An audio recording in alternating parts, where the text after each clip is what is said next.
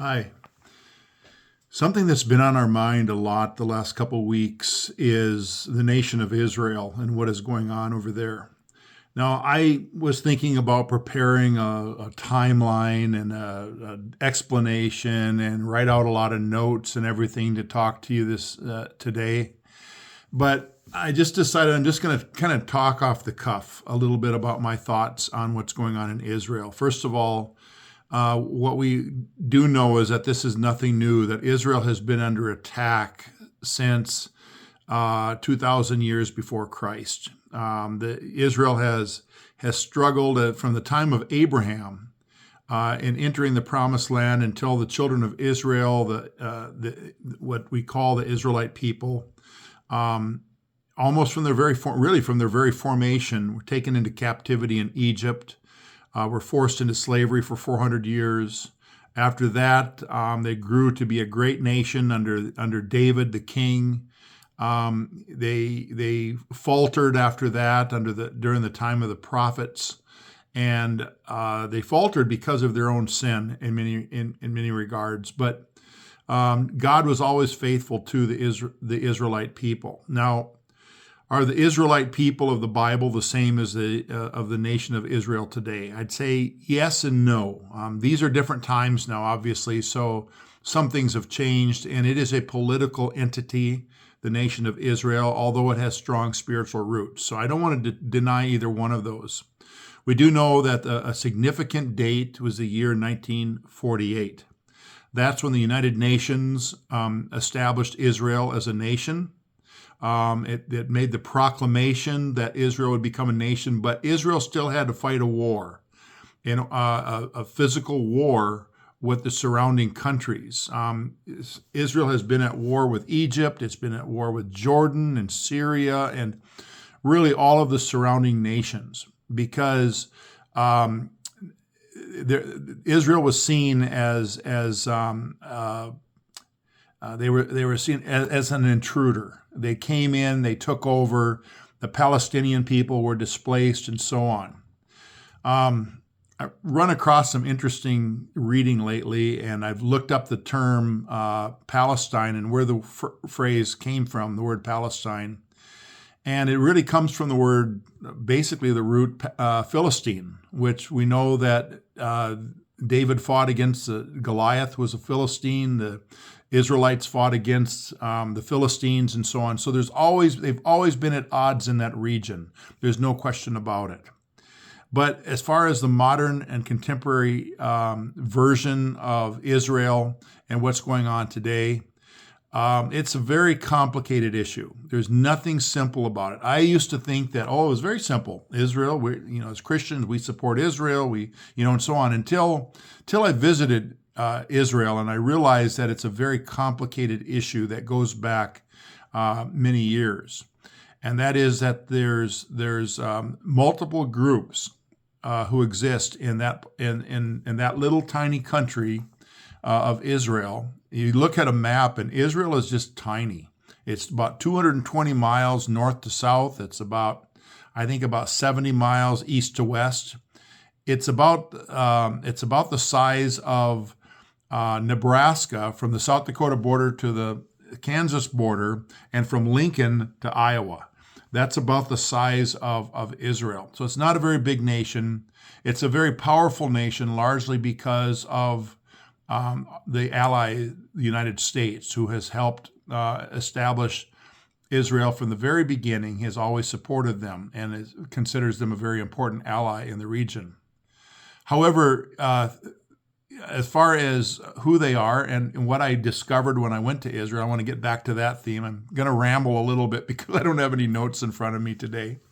But when I went to Israel, I realized that the Israeli people have not always been innocent. The Israeli government has not always been innocent in what's been going on over there. They have taken land away from Palestinian people. They've encroached on what was designed to be a Palestinian area. They've established settlements, Israeli settlements in those areas. They have greatly restricted the freedoms of a lot of the Palestinian people, but largely they do so because of the ongoing terrorism. For example, Bethlehem, a wall is built around Bethlehem. As you enter into Bethlehem, which is the West Bank, you have to go through a checkpoint, and there's a huge wall that is impenetrable. And as you go through there, they check your passport, and Jews are not allowed to go into Bethlehem. I don't know if you realize that, but that's the fact. But many the Palestinians very much despise the idea that they have that wall around them, prohibiting them. But before the Israelis built the wall, there was bus bombings and restaurant bombings and all kinds of things happening in Jerusalem all the time. Since they built the wall, those have basically ceased. And so part of the reason for the reason for building the wall really is self-protection by the Israeli people. But the Israelis are not always innocent either, because they have taken land away from the Palestinians, Palestinian owners, and so on. So where do we stand as believers today, as Christians? Well, I stand for Israel. I believe that that's God's chosen people and so on. But I also have to realize that it's a political thing. It's largely political in the sense that Israel is a secular nation with a spiritual roots. Nevertheless, I hope that through God's providence, that the problems that are going on right now, the conflict, the fact that children are being killed, innocent civilians are being killed, largely by Hamas. Don't confuse Hamas and Palestinians. The Hamas group is the one who is in control in Gaza, and they're the ones who are destroying families and children and so on of the Israelis.